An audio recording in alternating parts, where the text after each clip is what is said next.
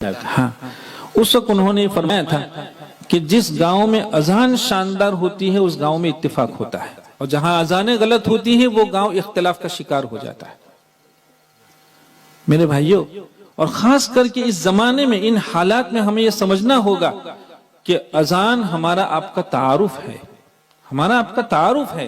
اذانیں اتنی شاندار ہوں کہ ہمارے کان میں پڑیں تو اللہ کی یاد تازہ ہو جائے، اور مصلی اپنا بستر چھوڑ دے اور غیروں کے کان پہ پڑے تو کبھی بوجھ نہیں بن سکتی ہے وہ اذانیں۔ لیکن اس وقت یہ ہو رہا، اور یہ کوئی نئی باتیں نہیں ہیں۔ آپ نے سنا ہوگا کہ مدینہ المنورہ کی سب سے پہلے مؤذنی کا شرف جن کو حاصل ہوا حضرت بلال حبشی رضی اللہ تعالیٰ عنہ، ان کو کیوں مؤذن بنایا گیا تھا؟ وہ جہوری الصوت تھے۔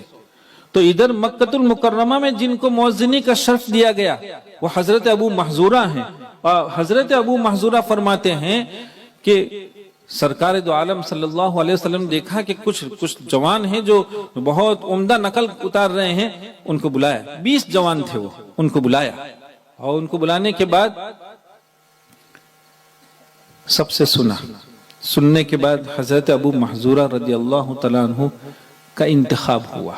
کیوں انتخاب ہوا؟ ان کی آواز بہت شاندار تھی، اور پھر اللہ کے رسول صلی اللہ علیہ وسلم کی پیشانی پر اپنا دست بابرکت رکھا اور کہا کہ جاؤ بیت اللہ میں اذان کرو۔ مؤذن کے لیے 2 باتیں ضروری ہوا کرتی، اندھا صوت، جہوری الصوت ہونا چاہیے، اور خوبصورت آواز ہونی چاہیے۔ یہ ہمارا آپ کا تعارف ہے۔ جب اس طرح کی بہترین اذانیں لوگ سنتے ہیں تو غیر بھی متاثر ہوتا ہے، ان کے لیے اذانیں بوجھ نہیں بنتی ہے۔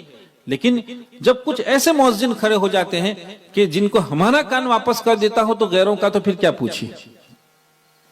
اس لیے اس بات کی بھی ضرورت ہے۔